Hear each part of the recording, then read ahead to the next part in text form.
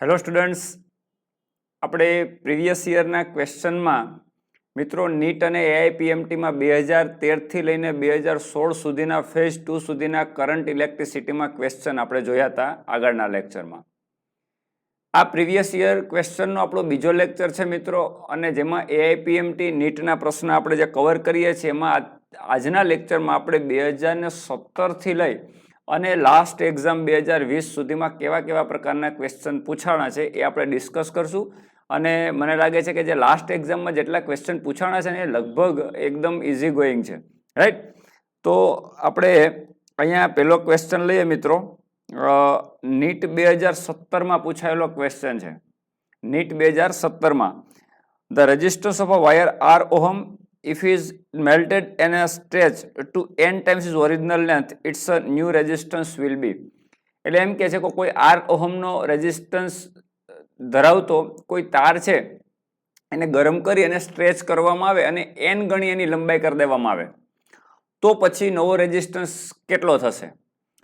તો મિત્રો બહુ સિમ્પલ છે, આના શોર્ટકટ પણ મેં તમને શીખવાડ્યા હતા કે જ્યારે લંબાઈ 5 ગણી કરવાની હોય, 10 ગણી કરવાની હોય તો આનું એક ફોર્મ્યુલા બનાવી લેવી જોઈએ કે જેથી કરીને આપણને એક્ઝામની અંદર ડાયરેક્ટ મૂકી શકાય. એ જ ફોર્મ્યુલા છે અને એ ફોર્મ્યુલા છે n² × r. કઈ રીતે થશે મિત્રો? તમે જો, મેં તમને પહેલાં સમજાવ્યું હતું કે રેઝિસ્ટન્સનું આપણું સૂત્ર R = ρ L/ai ઇક્વેશન આપણી પાસે છે. તો આમાં એને સ્ટ્રેચ કરીને લંબાઈ n ગણી કરવાની કીધી. તો મિત્રો લંબાઈ n ગણી થશે તો આડછેદ નાનો થતો જશે, કારણ કે તારને તમે ખેંચો તો તાર પાતળો થતો જાય. તો લંબાઈ વધે છે, સામે આડછેદનું ક્ષેત્રફળ એટલા જ ભાગનું ઘટતું જતું હોય. લંબાઈ n ગણી થાય તો આડછેદનું ક્ષેત્રફળ n ભાગનું થઈ જાય. એટલે મિત્રો આ નવું ઇક્વેશન અથવા તો નવો રેઝિસ્ટન્સ R ડેશ કેટલો આવશે? તો કે લંબાઈ n ગણી એટલે L ની જગ્યાએ મૂકી દઉં NL, અને ક્ષેત્રફળ n ભાગનું એટલે a ની જગ્યાએ મૂકી દઉં n/n. તો ફાઇનલી ઇક્વેશન મળશે તમને n², કારણ કે n ઉપર જતો રહેશે એટલે n² થઈ જશે ρ L/a. તો નવો રેઝિસ્ટન્સ કેટલો થયો? R dash = n². અને અહીંયા તમે જોઈ શકો છો ρ L/a એ જૂનો તમારો રેઝિસ્ટન્સ જ્યારે લેન્થ આપણે n ગણી નહોતી કરી ત્યારે, તો એ તમારો થઈ ગયો R. તો ફાઇનલી તમારો આન્સર શું આવ્યો? ફાઇનલી આન્સર શું આવ્યો? n²R. તો તમારો આન્સર થશે n²R. બહુ ઇઝી છે. હવે તમને કીધું કે તમારી લંબાઈ તારની ખેંચીને 5 ગણી કરવામાં આવે તો અવરોધ કેટલા ગણો થાય મિત્રો? તો સિમ્પલ છે, 25 ગણો, કારણ કે n² ગણો થઈ જાય એટલે 5 નો વર્ગ 25. એ રીતે તમે ડાયરેક્ટલી ઇક્વેશન પણ મૂકી શકો. નેક્સ્ટ ક્વેશ્ચન આપણે જોઈએ.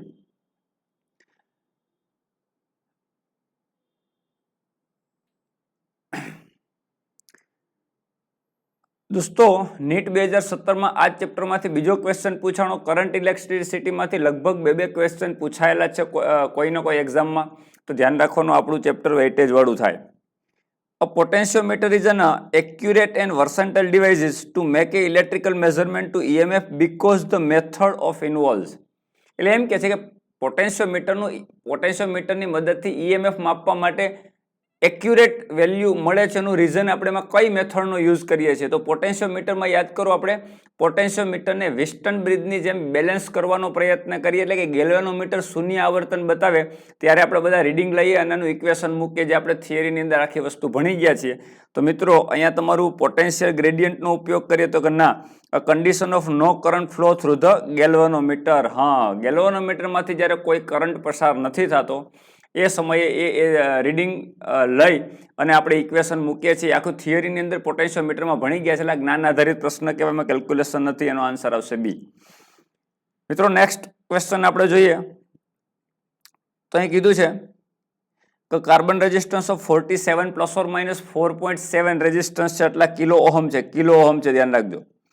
એટલે આને આમ પણ લખી શકાય મિત્રો, 47 × 10³ ઓહમ અને ±4.7 એટલે કેટલા? 10%. આ તમે જો 47 ના 10% એટલે કેટલા થાય? 4.7. એટલે અવરોધ તમારો 4.7 નો મતલબ 10%નું ટોલરન્સ છે. એટલે આને આમ લખી શકાય ±10%. તો મિત્રો યાદ કરો, તમને કલર કોડિંગ મેં તમને શીખવાડેલું હતું, તો આમાંથી તમારે કલર કોડ ચૂઝ કરવાનો છે, કયો કલર કોડ સાચો હશે, રાઈટ. મિત્રો જો પહેલો ડિજિટ છે 4, તો એ 4 માટે કલર કોડ કોણ છે? યલો, રાઈટ, અહીં લખી નાખું વાય, યલો. પછી 7 માટે કયો છે? તો 7 માટે છે વાયોલેટ, તો વાયોલેટ માટે વી લખી નાખું, વાય વી, રાઈટ. બીજો કલર કોડ. ત્રીજો કલર કોડ છે એ મલ્ટીપ્લાઈંગમાં 10 ની ઘાતમાં આવતો હોય, રાઈટ. તો 3 છે, 10 ની ઘાત 3 છે, તો 3 માટે શું યુઝ થાય છે એ તમે જોઈ શકો છો, ઓરેન્જ. ઓરેન્જ છે તો ઓરેન્જ માટે ઓ લખી નાખું. અને 10% નું ટોલરન્સ હોય મિત્રો, 10% નું ટોલરન્સ, તો 10% ના ટોલરન્સમાં સિલ્વર આવે એટલે અહીં લખી નાખું એસ.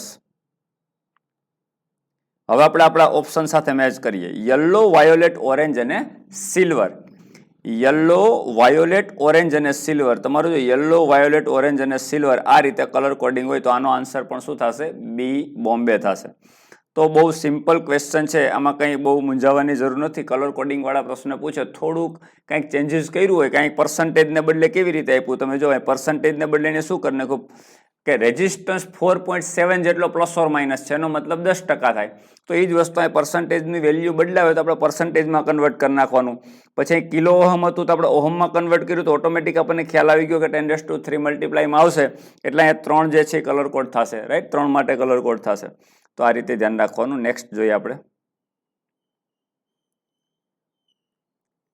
મિત્રો. ત્યારબાદ નીટ 2018માં પૂછાયેલો question, a set of n equal resistance of value r each are connected into the series to battery of the EMF E and internal resistance R. તમને શું કીધું છે કે an set of n equal resistance of value R, એટલે R ohm ધરાવતા n રેઝિસ્ટન્સને સિરીઝમાં connect કરી એને EMF વાળી બેટરી સાથે અને ઇન્ટરનલ રેઝિસ્ટન્સ R હોય ને એવી બેટરી સાથે કનેક્ટ કરવામાં આવે. તો મિત્રો સમજો આની સર્કિટ કેવી તૈયાર થશે. આની સર્કિટ આવી કંઈક થશે. આ એક ઇન્ટરનલ રેઝિસ્ટન્સ R હોય એવી એક બેટરી, એટલે ઇન્ટરનલ રેઝિસ્ટન્સ એટલે એની બાજુમાં રેઝિસ્ટન્સ આપણે બતાવી દઈએ, એનું EMF E વોલ્ટ છે. એની સાથે n રેઝિસ્ટન્સ આવા શ્રેણીમાં જોડ્યા. દરેકનો અવરોધ R ઓહમ છે એવા n રેઝિસ્ટન્સ શ્રેણીમાં જોડ્યા, એટલે R plus R plus R plus R આવું તમે કન્ટિન્યુ કરો તો આ રેઝિસ્ટન્સ કેટલો થાય? NR. તો NR આ રેઝિસ્ટન્સ થશે અને શ્રેણીમાં પાછો બેટરીનો આંતરિક અવરોધ એટલે NR પ્લસ R, એટલે સર્કિટનો કુલ અવરોધ મિત્રો કેટલો થયો? NR પ્લસ R, અને બેટરીના વોલ્ટ છે E. તો આ બ્રાન્ચમાંથી કરંટ કેટલો જતો હશે? તો મિત્રો સિમ્પલ છે, કરંટ આ એને કીધું છે આપણને, આમ તો રકમમાં કહી દીધું છે. આવું થાય ત્યારે કરંટ ડ્રોન ઇઝ I, એનો મતલબ કરંટ એમાંથી I જતો હોય તો આપણે લખી નાખવાનું કે ભાઈ આમાંથી કરંટ I જાય છે. તો આપણે પેલા બનાવી દઈએ. I ઇઝ ઇક્વલ ટુ શું થશે? I ઇઝ ઇક્વલ ટુ બેટરીના વોલ્ટેજ E બાય સર્કિટનો કુલ અવરોધ NR પ્લસ R. આ થઈ ગયું તમારું સમીકરણ 1. મિત્રો કમ્પેરિઝન કરી છે, હવે આવું નથી કરવાનું. એને એમ કીધું છે કે now the n resistor connected to parallel. Same વસ્તુ અહીંયા જે રેઝિસ્ટન્સ આ બધા હતા ને એને આમ પેરેલલ કરી દેવાના, પછી અહીં પાછો રેઝિસ્ટન્સ, પછી અહીં પાછો રેઝિસ્ટન્સ, આવા n રેઝિસ્ટન્સ પેરેલલ કરો. મિત્રો સરખા ઓહમના રેઝિસ્ટન્સ તમે જ્યારે સમાંતરમાં જોડો ત્યારે સમતુલ્ય રેઝિસ્ટન્સ કેટલામાં ભાગનો થઈ જાય? જેમ અહીંયા n ગણો થઈ ગયો એમ n માં ભાગનો થઈ જાય. એટલે આખી આ સર્કિટ હોય છે જે સમાંતર વાળી સર્કિટ, આ પછી અહીંયા સમાંતર, પછી પાછો સમાંતર, એનો રેઝિસ્ટન્સ થઈ જાય n માં ભાગનો, મીન્સ R/n. આ આખું R/n થઈ જાય સમાંતરમાં. આની વાત નથી, આની વાત પૂરી. જ્યારે આ બધા સમાંતર જોડો ત્યારે એનો અવરોધ થઈ જાય R/n, અને એની સાથે પાછો શ્રેણીમાં કયો અવરોધ હશે મિત્રો? R. તો તમારું જે આ સૂત્ર આવતું હતું એમાં અહીંયા NR પ્લસ R ને બદલે શું આવશે? N/R, સોરી R/n, n માં ભાગનો ને પ્લસ R આવી જાય. શું કામ? કારણ કે આખી આ બેટરી જે છે, આ બેટરી છે એ આવા રેઝિસ્ટન્સોથી બનેલી, સોરી આવા રેઝિસ્ટન્સો સાથે સમાંતરમાં જોડેલા n રેઝિસ્ટન્સ સાથે કનેક્ટ કરેલી છે. તો કરંટ કેટલો જાય? તો એને કીધું કે કરંટ 10 I જાય છે. તો આપણે હવે બીજું સમીકરણ લખો ત્યારે શું લખવું પડે? બેટરી તો સેમ છે, તો આ થઈ ગયો તમારો 10I કરંટ જાય. બેટરી ઈ વોલ્ટેજ વાળી બેટરી છે, એનઆર ને બદલે એનમાં ભાગનો રેઝિસ્ટન્સ એટલે R/N પ્લસ R, આવું લખવું જોઈએ. આ સમીકરણ થઈ ગયું 2. તો તમને શું પ્રશ્ન પૂછ્યો છે મિત્રો? વેલ્યુ ઓફ n, એટલે કે n ની વેલ્યુ શું હતો? બહુ સિમ્પલ થઈ ગયું. આપણી પાસે બે જ ક્વોન્ટિટી એવી છે કે જે અનનોન છે, I અને n, બાકી તો બધું ઉડી જવાનું છે. મિત્રો અહીં તમે જો બંને સમીકરણનો તમે ગુણોત્તર લેશો એટલે કેટલી વસ્તુ કેન્સલ થઈ જશે. ઈ કેન્સલ થઈ જશે, I કેન્સલ થઈ જશે. એટલે હું શું કરું છું? બીજા સમીકરણ અને પેલા સમીકરણનો ગુણોત્તર લઈ લો. સમીકરણ નંબર 2 ના છેદમાં 1 મૂકવું એટલે I કેન્સલ, તો શું બચશે? 10. હવે શું કેન્સલ થઈ ગયું મિત્રો? ઈ કેન્સલ થઈ ગયો. અને આ પેલા લખવાનું છે, પેલા સમીકરણ 2 લખવાનું છે, એટલે 1 ના છેદમાં આ રહેશે અને આને તમે છેદમાં લઈ જશો એટલે NR પ્લસ R ઉપર વહી જશે. એટલે ફાઇનલી શું થશે? NR પ્લસ R અંશમાં જશે અને છેદમાં રહેશે R/N પ્લસ R. મિત્રો આ બંનેમાંથી R કોમન નીકળી જશે ને છેદમાં પણ R કોમન છે તો ઉડી જશે, તો ઉપર બચશે N+1 અને નીચે બચશે R કોમન નીકળે એટલે 1/N પ્લસ 1. તો ફાઇનલી N આની સાથે ગુણાઈ જશે, N આની સાથે ગુણાઈ જશે એટલે N+1 ડિવાઈડ બાય N થઈ જાય. તો આ થઈ જશે તમારું N+1 divide by N+1 divide by N, આવું થશે. N ઉપર વહી જાય ને N+1 ઉડી જાય, તો આનો ફાઇનલ આન્સર આવ્યો N. તો N ની વેલ્યુ કેટલી આવી? N is equal two 10. મિત્રો અહીંયા N+1 ઉડી જશે, N ઉપર વહી જશે એટલે N મળી ગયો. N કોના બરાબર મળ્યો? 10 ઇઝ ઇક્વલ ટુ, આનો મતલબ N ઇઝ ઇક્વલ ટુ 10. તો આપણે જોઈએ ઓપ્શનની અંદર N ઇઝ ઇક્વલ ટુ 10. હા, અહીંયા રહ્યો આન્સર A. તો આ એ તમારો આન્સર થશે 10. એટલે N ની વેલ્યુ જ્યારે 10 થશે. મિત્રો આ 2018 નીટની અંદર પૂછાયેલો ક્વેશ્ચન છે. દોસ્તો હવે ત્યારબાદ આ તો નોલેજ આધારિત પ્રશ્ન છે. A battery consist of the variable number of the n is the identical cell. Normal calculation equation મૂકવું હોય તો મૂકી શકાય, પણ બહુ સિમ્પલ વાત કીધી છે કે battery consist of the variable number n of the identical cell having A internal resistance R each which are the connected in the series. એટલે એવું કહે છે કે battery consist of the variable number n of identical cell. એટલે એક battery છે એ number of cell variable number of the n, ટૂંકમાં અહીંયા તમને છે ને વેરિયેબલનું બધું જો કરંટ વર્સિસ n ના ગ્રાફ બતાવ્યા છે. હવે તમને કીધું કે બેટરી કન્સિસ્ટ એટલે બેટરી બનેલી છે consist of A variable number n of identical cell which are connected in series. એટલે એક બેટરી છે ને એ ટોટલ કેની બનેલી છે? n સેલને સિરીઝમાં જોડીને બનાવવામાં આવી છે. Right? The terminal of battery are short circuit and its current I is measured. Which of the graph showing the correct relationship between I અને n? તો પહેલા તો આપણે કરંટ મેળવી લેવો જોઈએ. મિત્રો n બેટરીને તમે સિરીઝમાં જોડો અને જેનું એકનું EMF એપ્સિલન હોય આવું વિચાર લ્યો, તો કરંટ કેટલો ફ્લો થાય એ આપણે અહીં લખીએ.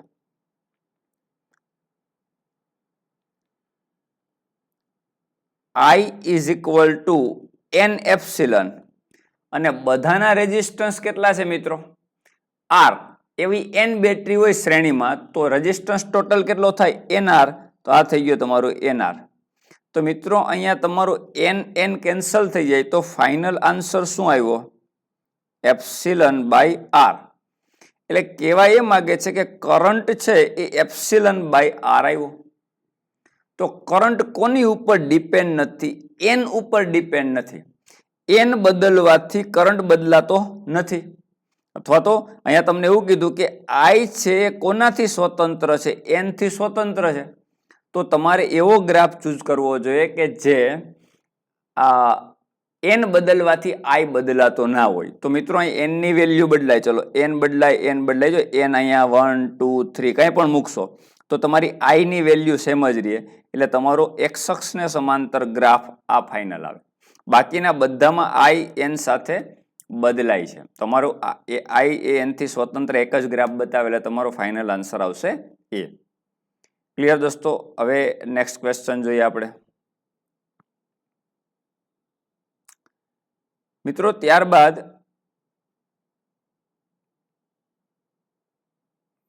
2019માં પૂછાયેલો ક્વેશ્ચન.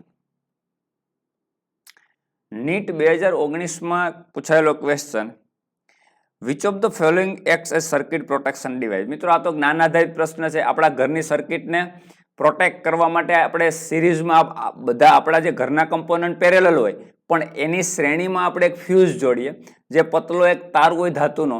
મિત્રો જ્યારે હાઈ વોલ્ટેજ આવે ત્યારે એ I²RT સૂત્ર મુજબ આપણી ઉષ્મા ઉર્જા ઉત્પન્ન થાય તારમાં, તો તાર પીગળી જાય. તાર પીગળી જાય એટલે ફ્યુઝ બળી જાય. ફ્યુઝ બળી જાય એટલે અંદરની આપણી ઘરની ટોટલી સર્કિટ સેફ રહે. એટલે આપણે ઘરની સર્કિટને સેફ રાખવા માટે આપણે શું વાપરીએ છીએ? ફ્યુઝ. આ 2019માં જ્ઞાન આધારિત પ્રશ્ન પૂછાણો તો બહુ ઇઝી છે. સર્કિટ પ્રોટેક્શન માટે જે ડિવાઇસ વપરાય એને નથી કહેવાતું ઇન્ડક્ટર, કંડક્ટર કે સ્વિચ, એને કહેવાય ફ્યુઝ. ત્યારબાદ બહુ સરસ ક્વેશ્ચન છે મિત્રો. 6 similar bulbs are connected to the shown in the figure and DC source E. એટલે આ 6 આવા બલ્બ જોડ્યા છે.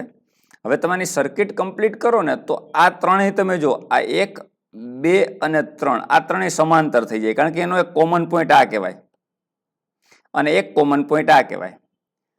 આ ત્રણેય સમાંતર કહેવાય કારણ કે આનો પણ એક કોમન પોઈન્ટ આ કહેવાય ને આ કોમન પોઈન્ટ આ એક કહેવાય, રાઈટ?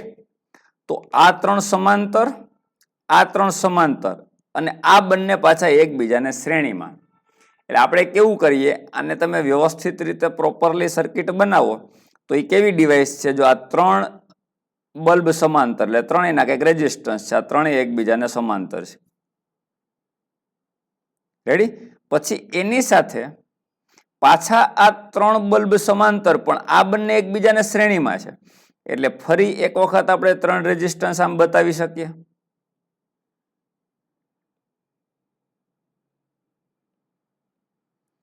અને ત્યારબાદ એની સાથે આમ બેટરી જોડેલી છે. આ રીતની સર્કિટ છે. આ ત્રણેય બલ્બ જ છે મિત્રો. આ એક બલ્બ, આ બીજો અને આ ત્રીજો. આ તમારો એ પોઈન્ટ છે. આ સર્કિટ માટે એ વિભાગ છે અને આ બી વિભાગ છે. આવું કીધું છે આમાં જો. આ એ વિભાગ, આ તમારો એ વિભાગ અને આ બી વિભાગ. હવે આપણે જોઈએ શું કીધું છે. ઈ બેટરી સાથે જોડ્યું છે એન્ડ 0 ઇન્ટરનલ રેઝિસ્ટન્સ, એટલે આ બેટરીનો કોઈ આંતરિક અવરોધ નથી. Okay, done. તો શું કીધું? The ratio of power consumption by the bulb when all are glowing and in the situation when 2 from A and 1 from section B. એટલે શું કહેવા માંગે છે કે એવો ગુણોત્તર લ્યો પાવરનો ગુણોત્તર મેળવવાનો છે. ધ્યાન રાખજો, પાવરનો ગુણોત્તર મેળવવાનો છે. કઈ રીતે? તો કે પહેલી સિચ્યુએશન બધા જ બલ્બ ગ્લો થતા હોય, મીન્સ કે બધા જ બલ્બમાંથી પ્રવાહ પસાર થતો હોય તો જ ગ્લો થશે. તો મિત્રો બધામાંથી પ્રવાહ પસાર થાય મીન્સ કે આ ત્રણેયમાંથી પ્રવાહ પસાર થાય, આમાંથી પણ થાય, એટલે અહીંથી આમ જાય છે પ્રવાહ, ત્રણેયમાં ડિવાઈડ થઈને જાય ને ફરી અહીંથી ટોટલ કરંટ આવે, એ ત્રણેયમાંથી આ રીતે ડિવાઈડ થાય. બધા સેમ બલ્બ છે એટલે બધાના રેઝિસ્ટન્સ આર આર આર હશે. ધારો કે એક બલ્બનો રેઝિસ્ટન્સ આર છે તો આનો આર, આનો આર, આનો આર, આનો આર, આનો આર, બધાનો આર રેઝિસ્ટન્સ છે. તો પહેલા તો બધા જ બલ્બ ચાલુ છે, બધામાંથી કરંટ ફ્લો થાય છે, તો પાવર કેટલો કન્ઝ્યુમ થશે? મિત્રો જેટલો બેટરી આને આપશે એટલો આવું પાડશે. એટલે બેટરીમાંથી જેટલો કરંટ જાય છે એટલે કેટલા વોલ્ટની બેટરી છે? ઈ. તો આપણે પાવરનું સૂત્ર ભણી ગયા, P is equal two I²R, P is equal two V²/R, આ બધું ભણી ગયા. તો આપણને ખબર છે કે ઈ વોલ્ટની બેટરી છે તો E²/R લખી શકીએ. પણ R શું થાય? આ સર્કિટનો ટોટલ રેઝિસ્ટન્સ થાય. તો સર્કિટનો ટોટલ રેઝિસ્ટન્સ કેટલો? તો કે આનો R/3, 3 રેઝિસ્ટન્સ છે એટલે R/3 થશે, સમાંતરમાં છે એટલે. આનો R/3 અને પાછો બંને શ્રેણીમાં, એટલે R/3 પ્લસ R/3 એટલે 2R/3 શ્રેણીમાં થશે, એટલે રાઈટ. તો મિત્રો સર્કિટનો ટોટલ રેઝિસ્ટન્સ 2R/3, તો પાવરનું સૂત્ર મૂકીએ P1 પહેલી સિચ્યુએશનમાં જ્યારે બધા જ બલ્બ ગ્લો થાય છે, તો P is equal to E square by R, પણ R કેટલો છે 2R, R/3 plus R/3 2R/3. તો ફાઇનલી શું આન્સર આવ્યો 3E સ્ક્વેર બાય 2R. આ પાવર પહેલી વખત જ્યારે બધા જ બલ્બ ગ્લો થાય ત્યારે. હવે બીજી સિચ્યુએશન શું કીધી રકમમાં જો, in the situation when 2 from A, એટલે A વિભાગમાંથી બે બલ્બ જ ચાલુ થાય અને B વિભાગમાંથી 1, એટલે B વિભાગમાંથી એક જ બલ્બ ચાલુ થાય. તો હવે સર્કિટ કેવી તૈયાર કરવાની? ખાલી આવી જ. હવે આપણે સર્કિટ નથી દોરતા, આ બે લેવાના, તો બેનો સમતુલ્ય અવરોધ કેટલો થાય R/2. એક આમાં ચાલુ હોય તો એટલે કેટલો થાય R, તો R/2 પ્લસ R, એટલે આ તમારું થઈ ગયું R/2 પ્લસ R એટલે 2R અને પ્લસ R એટલે 3R/2. એટલે મિત્રો બીજી સિચ્યુએશનમાં power P is equal to E square by R. R કેટલો લેવાનો? બે જ બલ્બ ચાલુ છે એ વિભાગમાં એટલે એનો રેઝિસ્ટન્સ થાય R/2, અને અહીંયા એક જ બલ્બ ચાલુ છે એટલે એનો રેઝિસ્ટન્સ થાય R, એટલે R/2 પ્લસ R, એટલે અહીં લખી નાખું R/2 પ્લસ R. તો ફાઇનલી કેટલું થયું E square by R/2 plus R એટલે 2R પ્લસ R એટલે 3R/2. 2 ઉપર જાય એટલે 2E સ્ક્વેર બાય 3R થશે, રાઈટ? આ થઈ ગયું તમારું સમીકરણ નંબર 2. હવે બંનેનો ગુણોત્તર લેવાનો કીધો. મિત્રો બંનેનો ગુણોત્તર લેશો એટલે તમારું E સ્ક્વેર બાય R તો કેન્સલ થઈ જશે. P1 ને P2 નો ગુણોત્તર લ્યો તો 3/2 ના છેદમાં 2/3, તો 3 ઉપર વહી જશે, 3 3 જા 9 થઈ જશે અને 2 2 જા 4, એટલે finally P1 by P2 is equal to 9/4. આવો આન્સર આવશે. હવે સમીકરણ 1 અને 2 નો ગુણોત્તર જ લેવાનો છે, તો આપણને ખબર છે કે E square by R cancel થઈ જશે. 3/2/2/3 એટલે 3 3 જા 9 થશે, 2 2 જા 4 થશે, એટલે 9/4. તો પાવર કન્ઝ્યુમ કેટલો કરશે? ગુણોત્તર 9/4, એટલે તમારો ફાઇનલ આન્સર આવશે C. બરોબર મિત્રો, નેક્સ્ટ ક્વેશ્ચન આપણે જોઈએ.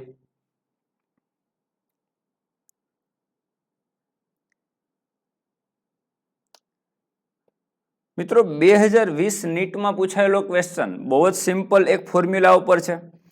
અ charge particle having a drift velocity and electrical field 3 × 10⁻⁻10 as a mobility SI યુનિટમાં કેટલી? તો મોબિલિટી, ડ્રિફ્ટ વેગ અને ઈ વચ્ચેનો સંબંધ તો આપણને ખબર છે, સીધી ફોર્મ્યુલા ઉપરથી ક્વેશ્ચન પૂછ્યો. જો નીટ 2020માં આપણને ખબર છે કે સીધી formula mobility is equal two VD/E. આ આપણે ભણી ગયા છે. તો ડ્રિફ્ટ વેગ કેટલો છે કીધો છે 7.5 × 10⁻⁻4, અને વિદ્યુત ક્ષેત્ર તમને કીધું છે 3 × 10⁻10 વોલ્ટ પર મીટર. મિત્રો 7.5 ના છેદમાં 3 કરશો એટલે 3 દુ 6 અને 2 એટલે 2.5, એટલે ફાઇનલી થઈ ગયું 2.5. 10⁻10 ઉપર જશે એટલે +10 થઈ જશે, +10 - 4 એટલે +6, એટલે તમારો આન્સર આવશે 2.5 × 10⁻6 volt metre square volt inverse second inverse, જે SI યુનિટમાં મોબિલિટીનો એકમ છે. ક્લિયર મિત્રો? તો આ થઈ ગયો તમારો આન્સર 2.5 × 10⁻6 B બોમ્બે. આપણે કંઈ ભૂલ નથી કરતા. 10⁻10 ઉપર જશે એટલે પ્લસ થશે, 10 - 2 બરોબર છે +6, એટલે 2.5 × 10⁻6 B બોમ્બે આન્સર આવશે. એટલે સિમ્પલ ફોર્મ્યુલા ઉપરથી ક્વેશ્ચન પૂછ્યો 2020 નીટમાં, એટલે લાસ્ટ એક્ઝામની અંદર, રાઈટ મિત્રો? ત્યારબાદ ફરી કલર કોડ વાળો ક્વેશ્ચન આવ્યો છે. અહીંયા કલર કોડિંગમાં આપ્યો છે યલો, વાયોલેટ, બ્રાઉન ને ગોલ્ડ. તો નીચેનામાંથી કયો જવાબ સાચો? આ તો બહુ સિમ્પલ છે. પેલો જે છે બેલ્ટ, એ તમને ડિજિટ બતાવે પેલા આંકડાઓ ઓહમના, રાઈટ? તો પેલો જે છે એ યલો છે, તો યલો માટે શું છે જોઈ લ્યો. ચલો યલો માટે 4, એટલે અહીં 4 મૂક દઉં. પછી બીજો બેલ્ટ છે એ વાયોલેટ, તો વાયોલેટ માટે શું છે? વાયોલેટ માટે છે 7, તો અહીં મૂકી દઉં 7, એટલે 4 7 તો આવી ગયું. ત્રીજો બેલ્ટ છે એ બ્રાઉન છે, ત્રીજો બેલ્ટ બ્રાઉન છે, તો બ્રાઉન માટે શું હોય મિત્રો? 1, અને 1 છે એ 10ની ઘાતમાં છે એટલે ગુણ્યા 10⁻1 પ્લસ ઓર માઇનસ છેલ્લો બેલ્ટ ગોલ્ડ. તો ગોલ્ડ માટે કેટલા પર્સન્ટનું ટોલરન્સ છે? 5%, એટલે પ્લસ ઓર માઇનસ 5%. આ તમારો આન્સર. 47 ગુણ્યા 10 એટલે 470, એટલે 470 ગુણ્યા 470 પ્લસ ઓર માઇનસ 5%નું ટોલરન્સ. આવો તમારો ફાઇનલ આન્સર થાય. તો મિત્રો અહીંયા તમે જોઈ શકો છો 470 ઓહમ પ્લસ ઓર માઇનસ 5%નું ટોલરન્સ. આવો આન્સર છે દિલ્હી. એટલે નીટ 2020ની અંદર આ ક્વેશ્ચન પૂછાણો હતો કે જે લાસ્ટ એક્ઝામની અંદર 2 આવા ક્વેશ્ચન પૂછાણા 2020ની અંદર, બરાબર, કરંટ ઇલેક્ટ્રિસિટીમાં. ત્યારબાદ